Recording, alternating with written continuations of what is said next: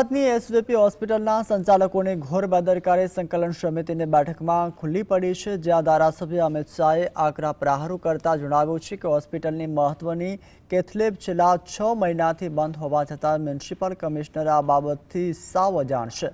તંત્ર માત્ર 1 જ મહિનાની લેબ બંધ હોવાનો લૂલો બચાવ કરી રહ્યું છે, ત્યારે સવાલ એ થાય છે કે જો કેથલેબ બંધ ન હતી તો ત્યાંના સ્ટાફ અને ડોક્ટરોને લાખોના પગાર ક્યાં આધારે આપવામાં આવ્યા। ગરીબ દર્દીઓના અન્ય સારવાર માટે ભટકતા મજબૂર બન્યા છે, જે મામલે અમિત શાહે પણ છેલ્લા 6 મહિનાના સારવારના ડેટા અને રિપોર્ટની પણ માંગ કરી તંત્રની ઊંઘ પણ ઉડાડી દીધી છે। વાડીલાલ સરાફી હોસ્પિટલની જગ્યાએ જે એસવીપી છે ત્યાં આગળ કેથલેબ 6 મહિનાથી બંધ છે એવું મારું કહેવું હતું, પણ અધિકારી એમ કહે છે કે છેલ્લા મહિનાથી બંધ છે। પણ મહિનાથી શા માટે બંધ છે?